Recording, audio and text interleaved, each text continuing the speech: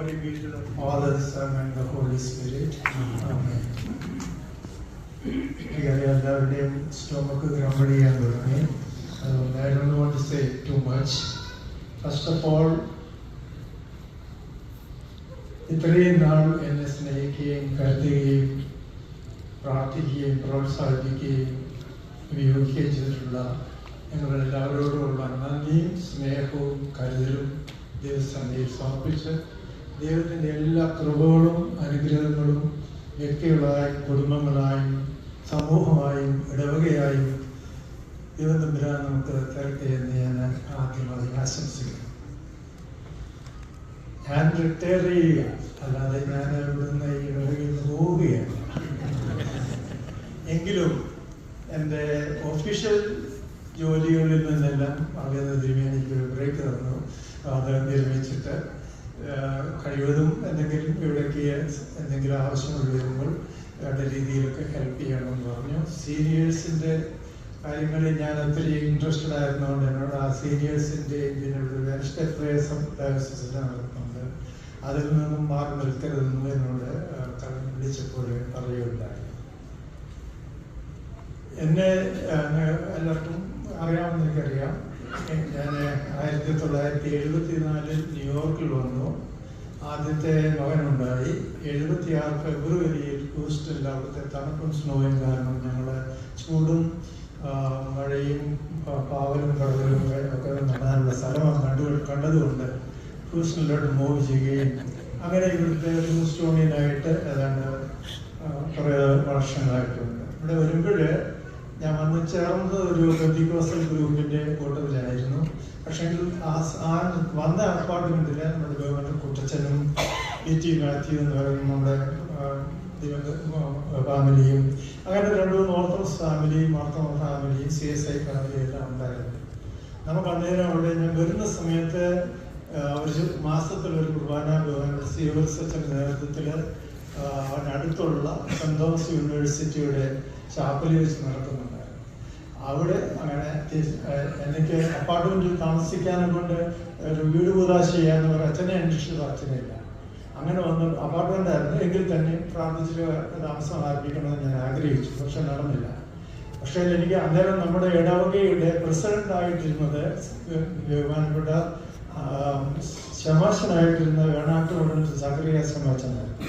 അപ്പോൾ ഞാൻ പറഞ്ഞ അച്ഛന്മാരില്ലെങ്കിലും കുഴപ്പമില്ല, ശമാശനായാലും മതിയെന്ന് പറഞ്ഞു. ബഹുമാനപ്പെട്ട ശമാശൻ വന്ന് ഞങ്ങളുടെ അപ്പാർട്ട്മെൻറ്റിൽ പ്രാർത്ഥനകളൊക്കെ നടത്തി ഞങ്ങളവിടെ ജീവിതം ആരംഭിച്ചു.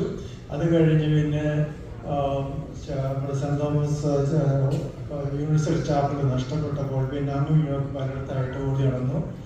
അങ്ങനെ പിന്നെ അത് കഴിഞ്ഞ് ബാപ്റ്റിസ്റ്റ് യൂണിവേഴ്സിറ്റിയിൽ വെച്ചിട്ടുള്ള ഒരു കുർബാനയുടെ മധ്യത്തിൽ വെച്ച് ഇച്ചിരി അലങ്കോലം ഉണ്ടാകുകയും അവിടെ വെച്ച് നമ്മുടെ ഇടവക മുറിഞ്ഞു പോവുകയും ചെയ്ത ഒരു സമയത്ത് 84 പേര് കുടുംബങ്ങളുണ്ടായിരുന്ന ആ സമയത്ത് ഈ വഴക്ക് കാരണം മുന്തും നടുവൊക്കെ നടന്നുണ്ട്.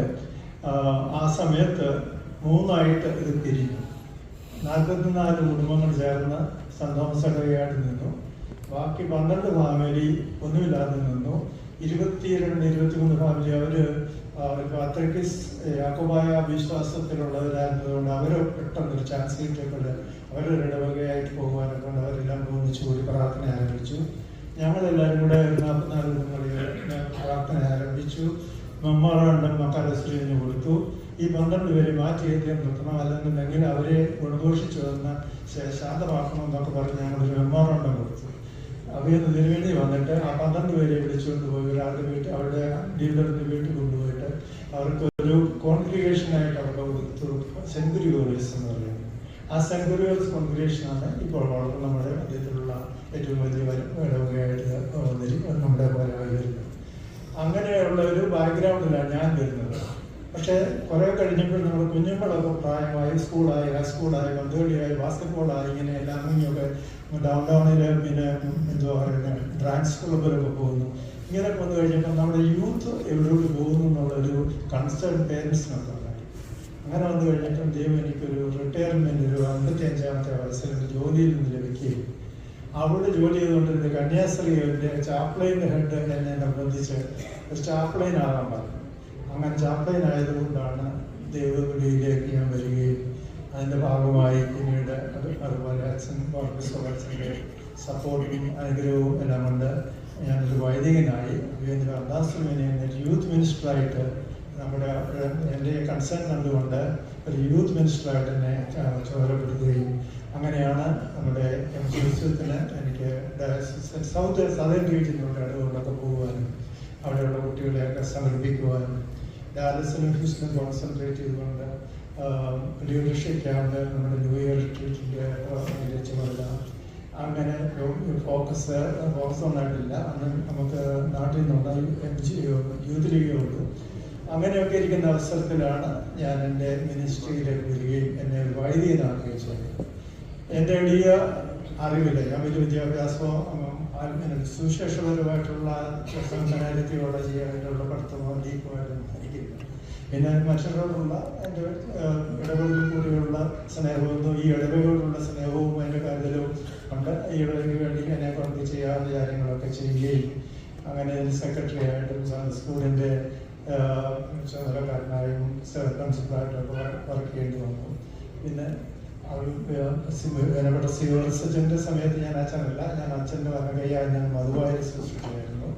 നമ്മുടെ വന്നിയ അച്ഛൻ്റെ സമയത്താണ് ഞാൻ വൈദ്യനാകുന്നത്. അച്ഛൻ എല്ലാ കാര്യത്തിലും എന്നെ പ്രോത്സാഹിപ്പിക്കുകയും ഞാൻ ഈ നിലയിൽ ഇന്നൊരു വൈദ്യനായതും അതിൻ്റെ എന്തെങ്കിലും ഗുണം എനിക്ക് കിട്ടുന്നുണ്ടെങ്കിൽ അച്ഛനൊന്ന് കിട്ടിയതുമാണ്.